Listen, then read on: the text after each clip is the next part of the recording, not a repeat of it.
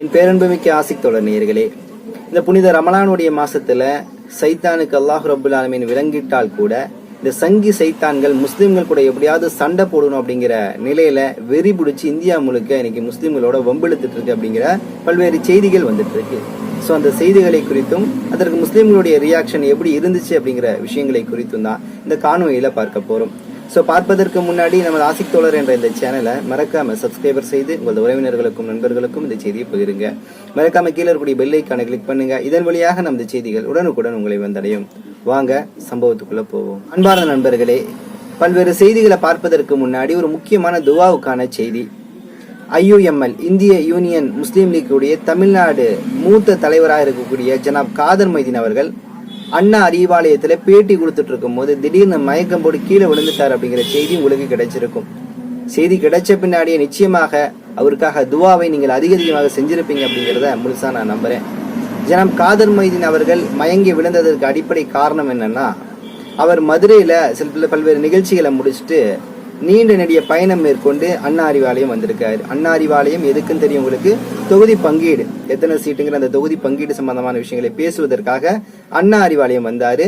வந்துட்டு வெளியே வந்து கிட்டத்தட்ட அரை மணி நேரம் பேட்டியும் கொடுத்திருக்காரு ஊடகங்களுக்கு.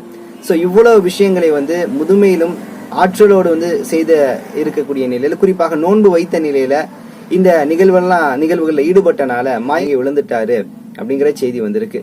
ஸோ இதுல இன்னைக்கு அல்ஹம்துலில்லாஹ் அவருக்கு உடல் ஆஃபியத்தோடு இருக்காரு அப்படிங்கிற அடுத்த செய்தியும் தொடர்ந்து கிடைக்குது. ஸோ ஜனாப் காதர் மைதீன் அவர்களுக்கு அல்லாஹ் உடல் ஆஃபியத்தையும் நலத்தையும் கொடுக்க வேண்டும்.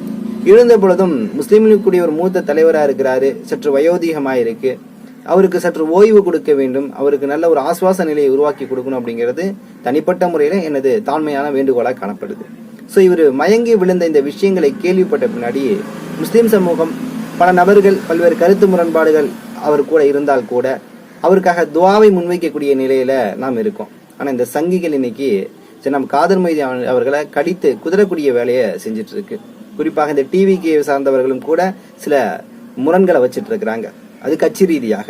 இந்த ரமலான் காலத்துல நோன்பு வைத்துக் கொண்டு இன்னைக்கு பல்வேறு சில முஸ்லிம்களே பல்வேறு கட்சிகள்ல இருந்து கொண்டு சீட்டுக்காக இவர் நாடகம் நடத்திட்டு இருக்கிறாரு. மயங்கி விழுந்தா மட்டும் என்ன 10 சீட்டா கிடைக்க போதுன்னு சொல்லிட்டு அரசியலோடு இந்த ரமலான் காலத்துல இவருடைய அந்த நோன்புடைய நிலை, மயக்க நிலையை விமர்சனம் செய்வது என்பது ஒரு ஆரோக்கியமான சூழல் கிடையாது.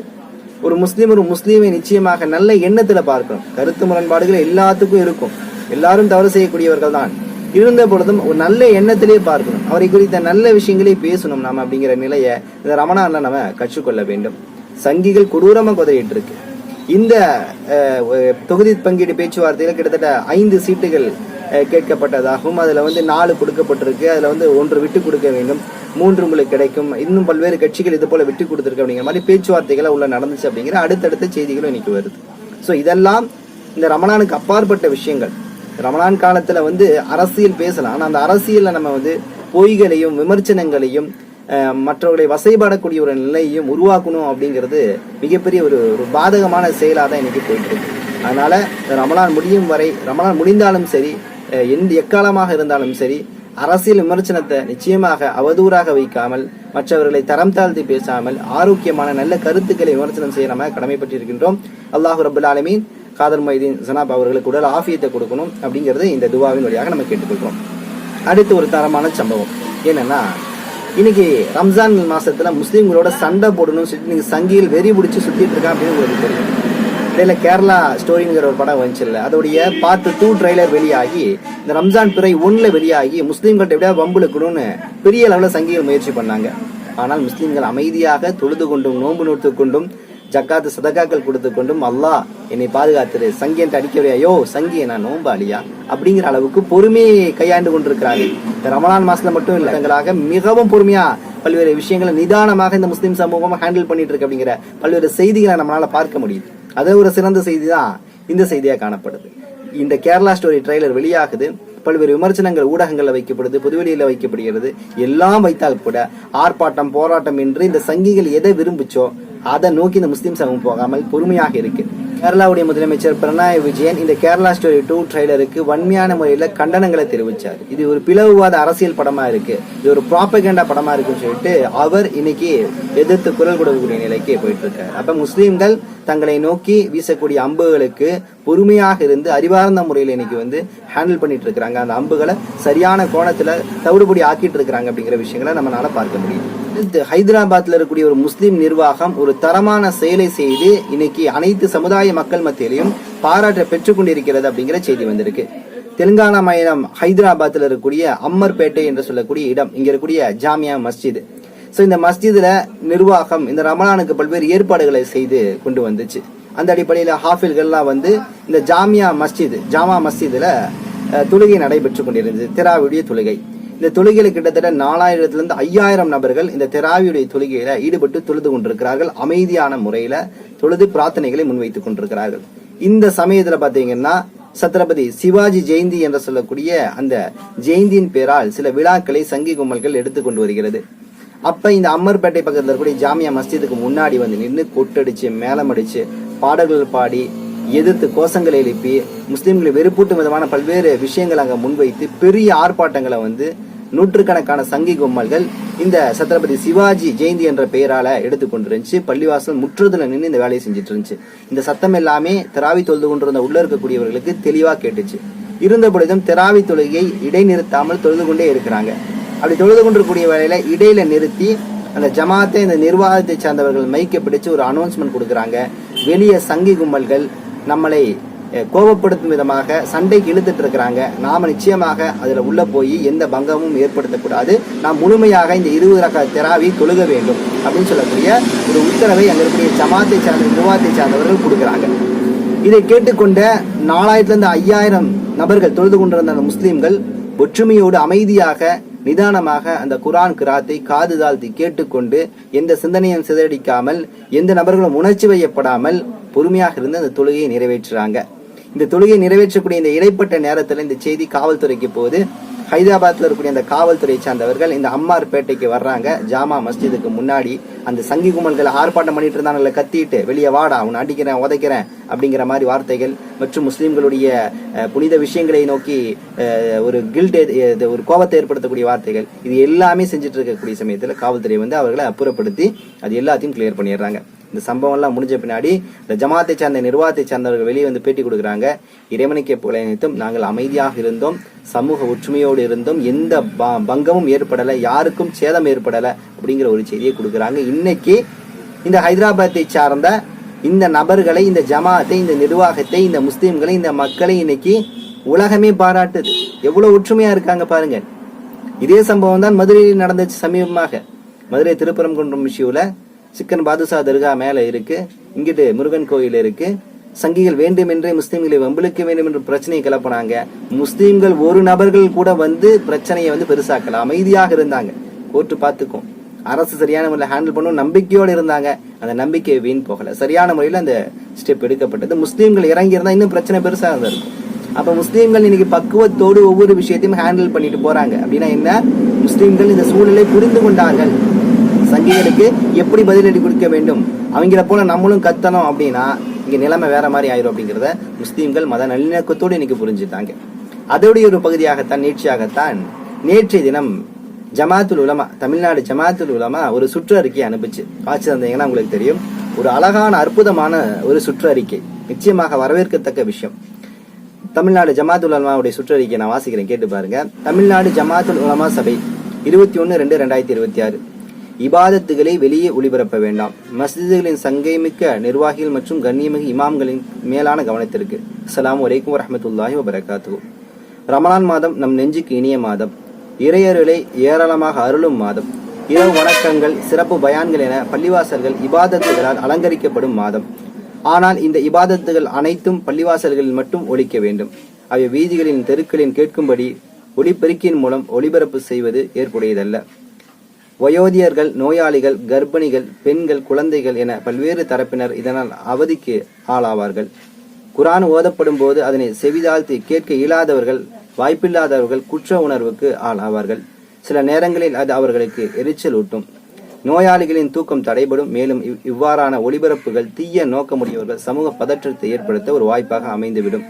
பலருக்கும் இடையூறு ஏற்படுத்த காரணமாக இச்செயல் இருக்கக்கூடிய சமயத்தில் தவிர்த்து கொள்ளுமாறு மஸ்ஜிதுகள் சங்கைக்குரிய நிர்வாகிகள் மற்றும் இமாம்களை அன்புடன் கேட்டுக்கொள்கின்றோம். இப்படிக்கு DRVS அன்வர் பாதுஷா உலவி. மாஷா அல்லாஹ், எவ்வளவு பெரிய அருமையான ஒரு அறிக்கைன்னு பாருங்களேன். இதுதான் தமிழ்நாடு, இதுதான் முஸ்லிம்களுடைய குணம். யோசிச்சு பாருங்களேன், இன்னைக்கு சங்கிகள் இதை நோக்கி தானே பிரச்சாரம் பண்ணிட்டு இருக்காங்க. நான் சொன்னேன் ஹைதராபாத்துடைய நிகழ்வு, அதுல கூட இவங்க வெளியே இருந்து கீழே கமெண்ட்ல போடுறாங்க பல நபர்கள். அங்கிருந்து பேசின சில விஷயங்கள் என்னன்னா, நீங்க பாங்க போட்டு எல்லா மக்களையும் துன்புறுத்திட்டு இருக்கீங்களேன்னு சொல்லிட்டு. இந்த பாங்குடைய சத்தம் இசை இல்லாத இனிமையான ஒரு சத்தம். இந்த சத்தம் கிட்டத்தட்ட ஒரு 5 நிமிடம் ஒலிக்கும். ஒரு 7 தொடர்கள் உள்ளத ஒரு 5 நிமிடம் ஒலிக்கக்கூடியது. இது இவ்வளவு ஆண்டுகள் இந்த மண்ணில ஒலிச்சிட்டு இருக்குது. எப்படி மாரியங்கோயில பாட்டு போடுறாங்களோ, தேவாலயத்துல எப்படி மணி அடிக்கிறாங்களோ, அதே போல முஸ்லிம்கள் தொழுகைக்காக இந்த பாங்கே பல ஆண்டுகளாக இந்த மண்ணில் ஒலித்துக் கொண்டுதான் இருக்கிறார்கள்.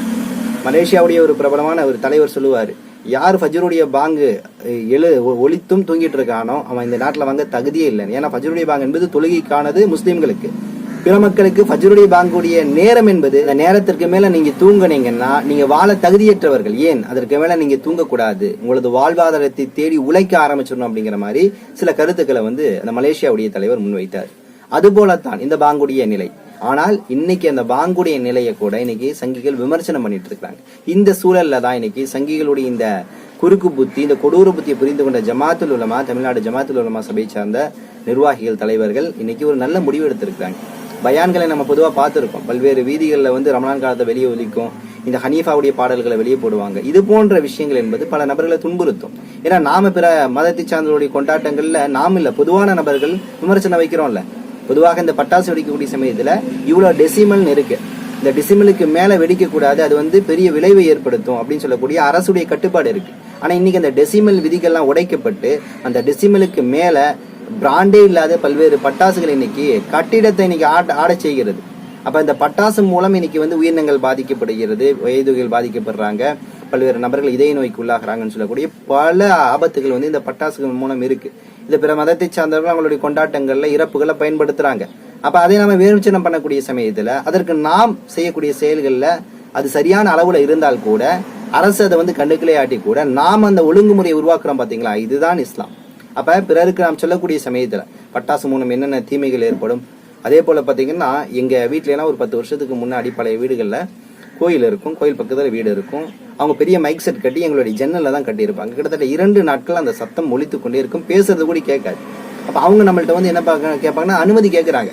பாய் ஒரு 2 நாள் கட்டிக்கிறேங்க பாய், கொஞ்சம் இதை அட்ஜஸ்ட் பண்ணிக்கங்க பாய் சொல்லிட்டு. அப்ப நம்ம என்ன பண்றோம், சரிங்கன்னு சொல்லிட்டு ஒரு அனுசரிச்சு போயிடுறோம். சோ இந்த புரிந்துணர்வு. ஆனால் என்ன, அந்த சத்தம் இறைச்சல் என்பது நம்மளை தூக்க வராது. ஆனா குறிப்பிட்ட நேரங்கள் அணைச்சிருவாங்க. குறிப்பிட்ட நேரம் தூங்குற நேரம் மாதிரி போட மாட்டாங்க.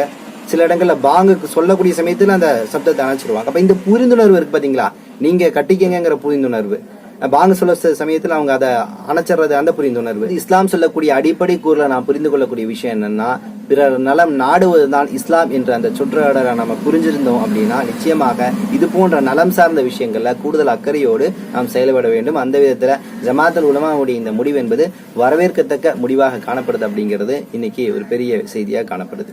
இறுதியாக ஒரு செய்தி. சவுதி அரேபியாவில் ஒரு பெரிய நிறுவனம், அந்த நிறுவனத்துல கிட்டத்தட்ட 47 ஆண்டுகள் 42 ஆண்டுகள் ஒரு நபர் வேலை செய்யறாரு. வேலை செஞ்சு அவருக்கு முதுமையும் வந்துடுது.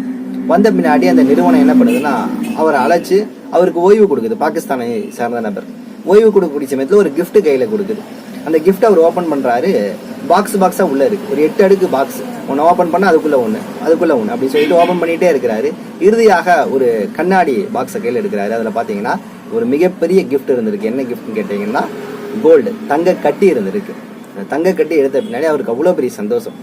ஸோ அந்த நிறுவனத்துல வேலை செஞ்ச அந்த நபருக்கு, அந்த வயோதிகருக்கு அந்த நிறுவனத்துடைய தலைவர் சொல்றாரு, இவர் நேர்மையாக 42 ஆண்டுகள் வேலை செய்தார், இந்த குற்றங்களின் ஈடுபடல, ஒரு ரீமார்க் கூட கிடையாது, ஒரு தப்பான காரியங்களில் ஈடுபடல, யாரையும் தவறான முறையில பேசல, யார் மனசையும் நோக்கும்படி அவர் நடக்கல.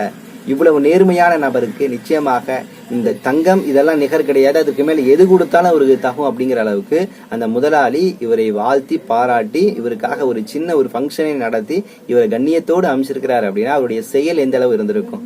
அந்த செயலுக்கு யார் முன்னுதாரணம்? நபி ஸல்லல்லாஹு அலைஹி வஸல்லம் அவருடைய வாழ்வியல் முறை தான். அந்த வாழ்வியல் முறையை பின்பற்றி அல்லாஹ் ரசூலுக்கு பயந்து வாழ்ந்தனால்தான் இப்படிப்பட்ட ஒரு பெயரை அந்த பாகிஸ்தானை சார்ந்த மூதாதையர் பெற்றுக்கொள்கிறார். அந்த முதலாளி மேலும் சொல்கிறார், ஒரு கோல்டு மேன், அதாவது தங்க மனிதர் ஒரு தங்கத்தை பெற்றுக்கொள்கிறார் அப்படிங்கிறார். அல்லாஹ் அக்பர், எவ்வளவு பெரிய ஒரு செயல். இன்ஷா அல்லாஹ் இது போன்ற ஒரு வாழ்க்கையை நாமும் அமைத்துக் கொள்ள வேண்டும். ஏனென்றால் வாழக்கூடிய காலம் என்பது மிகவும் குறுகியது, மிகவும் சிறியது.